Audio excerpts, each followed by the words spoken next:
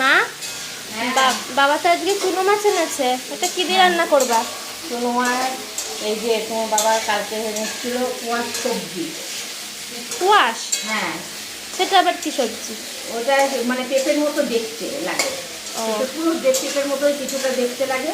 তো সেটা দিয়ে আলু দিয়ে এই যে ভাবছি, ভেজে কষে মশলা দিয়ে কষে এই এই যে মাছ মশলা দিয়ে। করে রেখেছো? হ্যাঁ, মশলা করে রেখেছি, মাছও ভেজে রেখে দিয়েছি। হ্যাঁ, এটাই মশলা দিয়ে কষিয়ে তারপরে জল ঢেলে দেবো। এইটা মাখা মাখা একটু মানে তরকারি হবে, ঝোল বেশি না। তাহলে আজকে চুনো মাছ কুয়াশ দিয়ে হবে। হ্যাঁ হ্যাঁ নতুন খাবার একটা। হ্যাঁ হ্যাঁ। আর কি রান্না করেছো? আর এই যে চাল কুমড়ো বড়ি ভেঙে দিয়ে ঘন্ট করেছি, চাল কুমড়ো।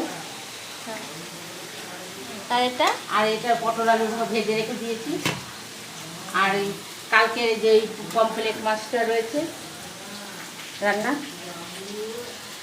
এটা দিয়ে আজকে হয়ে যাবে। তো আজকে এটাই মেনু, হ্যাঁ তাই তো? হ্যাঁ।